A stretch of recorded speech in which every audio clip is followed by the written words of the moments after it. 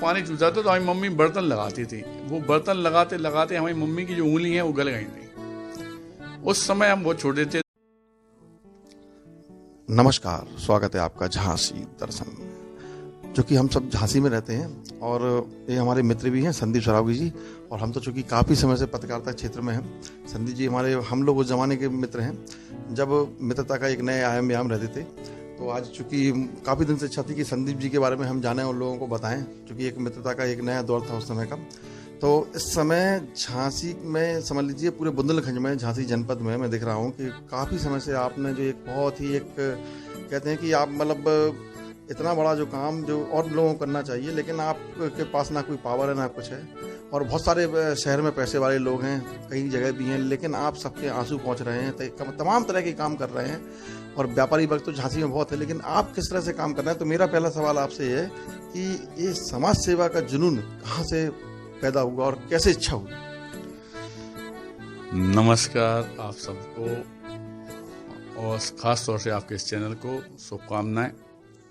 सच ये है भाई साहब के ज़िंदगी में जब हम बहुत छोटे थे तो झांसी का प्रत्येक बच्चा जानता है, प्रत्येक आदमी जानता है इस बात के लिए कि हमारी औकात कुछ नहीं थी, और उस घर और परिवार में हम रहते थे। आज भी वो घर है हमारा, जहाँ पे बरसात इन्हीं दिनों में जब होती थी तो पानी छूता था वहाँ से छत पे से। रेंडिंग नहीं थी हमारे यहाँ, रेंडिंग के पैसे ही नहीं थे हमारे पास। हाँ, खाकर। तो क्या था कि जब वो पानी चूसा था तो हमारी मम्मी बर्तन लगाती थी। वो बर्तन लगाते लगाते हमारी मम्मी की जो उंगली है वो गल गई थी। उस समय हम बहुत छोटे थे, 2 भाई 1 बहन है हम लोग, मम्मी पापा थे। तो सत्य जी है कि उस समय हमने यह सोचा कि कोई हमारी हेल्प करे। हजारों लाखों में से सिर्फ एक आध ही शख्स ऐसा था हमारी रिश्तेदारी में जिन्हें हम कह सकते कि हमारी पिता योग्य थे, वो बड़े भैया थे। तो क्या था कि उस समय जब हमने देखा कि कोई आदमी हेल्प के लिए आगे नहीं आ रहा है, तो भगवान के अलावा कोई आसरा तो होता नहीं है हम लोगों के पास। तो भगवान के मंदिर में बैठकर यह जरूर सोचे हम जिंदगी में, क्यों ना हम ही वो चेहरा बन जाएं जो सबकी सहायता करें। एक जज्बा, एक बात, बहुत मानते हैं हम जगदम्बा को, माता रानी को, उपासना के उनके चरणों में वंदना की। ऐसा प्रेरणा मिली हमें कि हमें करना चाहिए।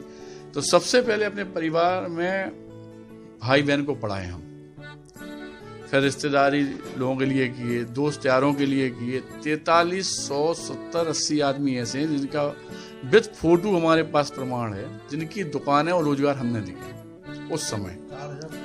4370 करीब है शायद।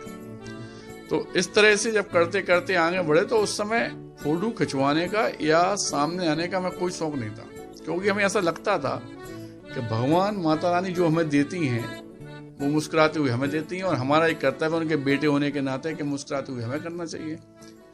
कोरोना काल एक ऐसा जीवन काल था हमारे लिए जब हमको ऐसा लगा कि नहीं, हमें बाहर निकलना पड़ेगा, क्योंकि सरकार की तरफ से आवाज़ आ रही थी कि ऑक्सीजन की कमी है। कोई कुछ कह रहा था, कोई कह रहा कोई रोटी को परेशान है, कोई कह रहा था कि बाहर से मजदूर आए हुए हैं, उनके चप्पलें भी नहीं हैं, खाना नहीं है। तब पहली बार हम कोरोना काल में घर से बाहर निकले, और झांसी के अंदर सबसे पहला ऑक्सीजन प्लांट लगाने के लिए माननीय हमारे डीएम साहब आंध्रा वामसी जी के पास मैं ही गया था, जिसमें जो मकान हमारा है, जिसमें मम्मी पापा रहते हैं, उस मकान को हमने वहाँ पे गिरवी रखकर बैंक में ऑक्सीजन प्लांट की पूरी फाइल तैयार करके हम उनके विभाग में देने गए। पहली बार हुआ। और फिर पता नहीं क्यों एक ऐसा जज्बा लगा हमें जब हेल्प करने के लिए निकले कि जितना हो सकता था, मुझे ऐसा लगा हो सकता कल मैं ही ना रहूं इस दुनिया में उस कोरोना काल में, तो जितना हो सके जनता के लिए, जितना हो सके परिवार के लिए, माताओं के लिए करना चाहिए। एक परिवार जल गया था, उसके लिए आपने कैसे मदद की? हाँ, वो परिवार क्या हुआ कि उस समय कोरोना काल में आदमी गेट भी छूने को मना कर रहा था, मतलब किसी को छुओ मत। हमें मालूम चला कि सागर गेट के एक साहू परिवार हैं, पति पत्नी दोनों जल गए हैं और उनके बच्चे हैं, उनके पास व्यवस्थाएं नहीं है। तो उसमें मैं सिविल हॉस्पिटल पहुंचा। जब हमने जातनी साथ, उसका बच्चा था 6-7 साल का, तो हमने उसे गले लगाया, हमने और बेटा क्या हाल चाल है, तो वो 80% जला हुआ व्यक्ति उठ के बैठ गया। यहाँ जली थी पूरे में और आंसू बहाने लगा। और हमने पूछा दादा क्या हो गया, क्यों रो रहे हो?